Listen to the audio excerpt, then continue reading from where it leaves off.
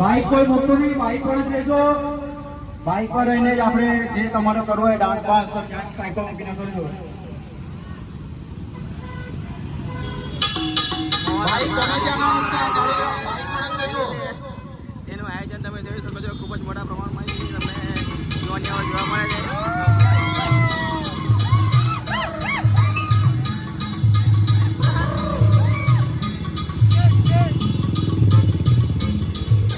આદિવાસી સમાચાર આજે રેલી કરવામાં આવી છે. મહુવા તાલુકાની જે નિયાલીથી થઈને મહુવા થઈને ગઢચલિયામાં આવી ચૂકી છે. તે ખૂબ જ મોટા પ્રમાણમાં અહીં યુવાનો ઉત્સાહ તમને જોવા મળે છે.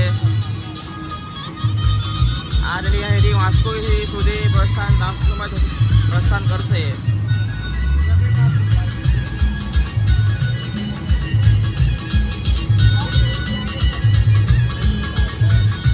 તમે જોઈ શકો છો અહીં તમને ઘણા બધા પ્રમાણે યુવાનો ઉત્સાહ જે જાગૃત યુવાનો છે એમને જોવા મળી રહ્યો છે, જે પોતાના હકો માટે નીકળી પડેલા છે.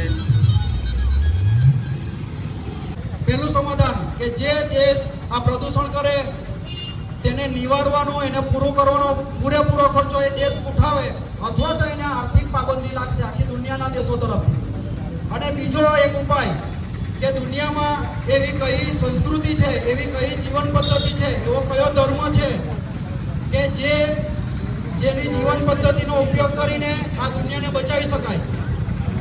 તો આ બે સોલ્યુશનમાંથી બીજા સોલ્યુશન પર આ 1000થી વધારે દુનિયાના મોટામાં મોટા લોકો આવ્યા કે દુનિયામાં ફક્ત આદિવાસીઓ જ એવી સંસ્કૃતિ છે, એવી જીવનશૈલી છે કે જેઓ પ્રકૃતિ સાથે તાલમેલ રાખીને જીવે છે, જળ જંગલ જમીનને નુકસાન નથી કરતા. એટલા માટે 9મી ઓગસ્ટ 1994 થી આખી દુનિયામાં 193થી વધારે દેશોમાં વિશ્વ આદિવાસી દિવસ ઉજવવાનું નક્કી થયું. એમાં એવું કહ્યું કે આપણે આદિવાસીઓની જીવન પદ્ધતિ, સંસ્કૃતિ, રીત રિવાજ જાણવાના અને એને અપનાવવાના. કોણે અપનાવવાના? એ લોકોએ, આદિવાસીઓએ નહીં. જે બીજી જાતિના લોકો છે એમણે અપનાવવાના અને એમણે આ 9મી ઓગસ્ટ ઉજવવાની. એના બદલે ઉજવતું કોણ છે? આપણે.